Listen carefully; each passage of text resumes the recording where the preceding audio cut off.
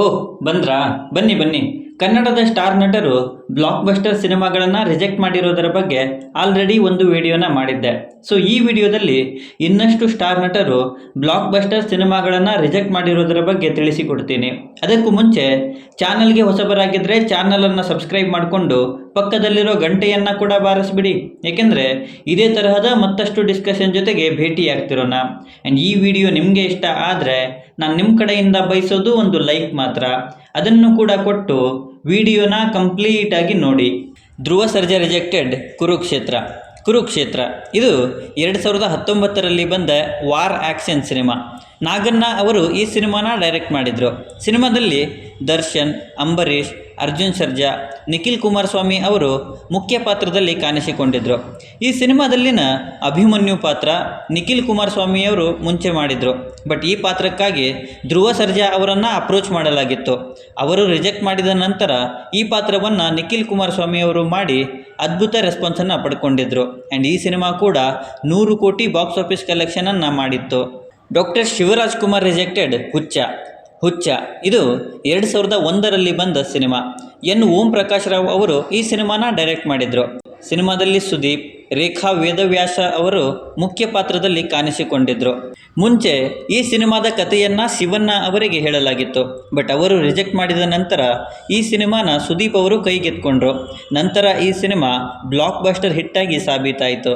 Darshan rejected ಪುಷ್ಪ ಇದು 2021ರಲ್ಲಿ ಬಂದ cinema. Sukumaran ಅವರ ಡೈರೆಕ್ಷನಲ್ಲಿ ಬಂದ ಸಿನಿಮಾದಲ್ಲಿ ಅಲ್ಲು ಅರ್ಜುನ್, ಫಹದ್ ಫಾಜಿಲ್, ರಶ್ಮಿಕಾ ಮಂದಣ್ಣ ಅವರು ಮುಖ್ಯ ಪಾತ್ರದಲ್ಲಿ ಕಾಣಿಸಿಕೊಂಡಿದ್ದರು. ಈ ಸಿನಿಮಾದಲ್ಲಿ ಫಹದ್ ಫಾಜಿಲ್ ಅವರು ಮಾಡಿದಂತಹ ಪೊಲೀಸ್ ರೋಲ್ಗೆ ದರ್ಶನ್ ಅವರನ್ನು ಅಪ್ರೋಚ್ ಮಾಡಲಾಗಿತ್ತು. ಆ್ಯಂಡ್ ಸುಕುಮಾರನ್ ಅವರೇ ಖುದ್ದಾಗಿ ಬೆಂಗಳೂರಿಗೆ ಬಂದು ದರ್ಶನ್ ಅವರನ್ನು ಮೀಟ್ ಸಹ ಆಗಿದ್ದರು. ಬಟ್ ನಂತರ ಅವರು ರಿಜೆಕ್ಟ್ ಮಾಡಿ ಫಹದ್ ಫಾಜಿಲ್ ಅವರು ಈ ಪಾತ್ರವನ್ನು ವಹಿಸಿಕೊಂಡ್ರು. ಆ್ಯಂಡ್ ಆ ಪಾತ್ರ ಎಷ್ಟು ಇಂಪಾರ್ಟೆಂಟ್ ಅನ್ನೋದು ನಮಗೆಲ್ಲ ಗೊತ್ತೇ ಇದೆ.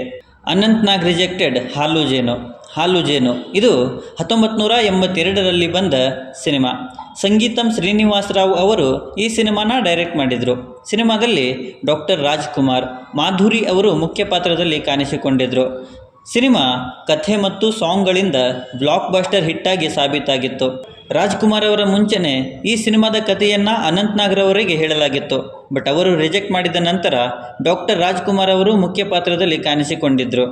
Rocking star Yash rejected Laal Kaptaan ಇದು 2019ರಲ್ಲಿ ಬಂದ ಸಿನಿಮಾ. ಸೈಫ್ ಅಲಿ ಖಾನ್ ಅವರು ಈ ಸಿನಿಮಾದಲ್ಲಿ ಮುಖ್ಯ ಪಾತ್ರದಲ್ಲಿ ಕಾಣಿಸಿಕೊಂಡಿದ್ದರು. ಆ್ಯಂಡ್ ಆ ರೋಲ್ಗೆ ಮುಂಚೆನೇ ಯಶ್ ಅವರಿಗೆ ಅಪ್ರೋಚ್ ಮಾಡಲಾಗಿತ್ತು. ಬಟ್ ಅವರು ರಿಜೆಕ್ಟ್ ಮಾಡಿದ ಕಾರಣದಿಂದ ಸೈಫ್ ಅಲಿ ಖಾನ್ ಅವರು ಆ ಮುಖ್ಯ ಪಾತ್ರದಲ್ಲಿ ಕಾಣಿಸಿಕೊಂಡಿದ್ದರು. Challenging star Darshan rejected Dabangg 3 ಇದು 2019ರಲ್ಲಿ ಬಂದ ಆ್ಯಕ್ಷನ್ ಕ್ರೈಮ್ ಸಿನಿಮಾ. ಸಿನಿಮಾದಲ್ಲಿ ಸಲ್ಮಾನ್ ಖಾನ್ ಮತ್ತು ಸೋನಾಕ್ಷಿ ಸಿನ್ಹಾ ಅವರು ಮುಖ್ಯ ಪಾತ್ರದಲ್ಲಿ ಕಾಣಿಸಿಕೊಂಡಿದ್ದರು. ಆ್ಯಂಡ್ ಈ ಸಿನಿಮಾದಲ್ಲಿ ಕಿಚ್ಚ ಸುದೀಪ್ ಅವರು ನೆಗೆಟಿವ್ ರೋಲಲ್ಲಿ ಕಾಣಿಸಿಕೊಂಡಿದ್ದರು. ಬಟ್ ಆ ರೋಲ್ಗೆ ಮುಂಚೆ ದರ್ಶನ್ ಅವರಿಗೆ ಅಪ್ರೋಚ್ ಮಾಡಲಾಗಿತ್ತು. ಬಟ್ ಅವರು ರಿಜೆಕ್ಟ್ ಮಾಡಿದ ನಂತರ ಕಿಚ್ಚ ಸುದೀಪ್ ಅವರು ಆ ಪಾತ್ರದಲ್ಲಿ ಕಾಣಿಸಿಕೊಂಡಿದ್ದರು. ಪುನೀತ್ ರಾಜ್ಕುಮಾರ್ ರಿಜೆಕ್ಟೆಡ್ ಟೋಬಿ ಇದು 2023ರಲ್ಲಿ ಬಂದ ಸಿನಿಮಾ. ಬಾಸಿಲ್ ಅಲಚಲಕ್ಕಲ್ ಅವರು ಈ ಸಿನಿಮಾನ ಡೈರೆಕ್ಟ್ ಮಾಡಿದರು. ಸಿನಿಮಾದಲ್ಲಿ ರಾಜ್ಬಿ ಶೆಟ್ಟಿ, ಚೈತ್ರಾ ಜೆ ಆಚಾರ್ಯ ಮತ್ತು ಸಂಯುಕ್ತ ಹೊರನಾಡ್ ಅವರು ಮುಖ್ಯ ಪಾತ್ರದಲ್ಲಿ ಕಾಣಿಸಿಕೊಂಡಿದ್ದರು. ಕತೆಗಾರರಾದ ಟಿ.ಕೆ. ದಯಾನಂದ್ ಅವರೇ ಹೇಳಿದ ಹಾಗೆ ಈ ಕಥೆಯನ್ನು ಮುಂಚೆ ಪುನೀತ್ ರಾಜ್ಕುಮಾರ್ ಅವರಿಗೆ ನರೇಟ್ ಮಾಡಲಾಗಿತ್ತಂತೆ. ಬಟ್ ಎಲ್ಲನೂ ಕೂಡಿ ಬರದೇ ಇರೋ ಕಾರಣದಿಂದ ಅವರು ಈ ಕಥೆನ ರಿಜೆಕ್ಟ್ ಮಾಡಿದರು. ನಂತರ ರಾಜ್ಬಿ ಶೆಟ್ಟಿ ಅವರು ಮುಖ್ಯ ಪಾತ್ರದಲ್ಲಿ ಕಾಣಿಸಿಕೊಂಡಿದ್ದರು. ಸೊ ಇವಿಷ್ಟು ನನ್ನ ಲಿಸ್ಟಲ್ಲಿ ಇದ್ದಂತಹ ಕನ್ನಡದ ಸ್ಟಾರ್ ನಟರು ಮತ್ತು ಅವರು ರಿಜೆಕ್ಟ್ ಮಾಡಿದಂತಹ ಬ್ಲಾಕ್ ಬಸ್ಟರ್ ಸಿನಿಮಾಗಳ ವಿಡಿಯೋ.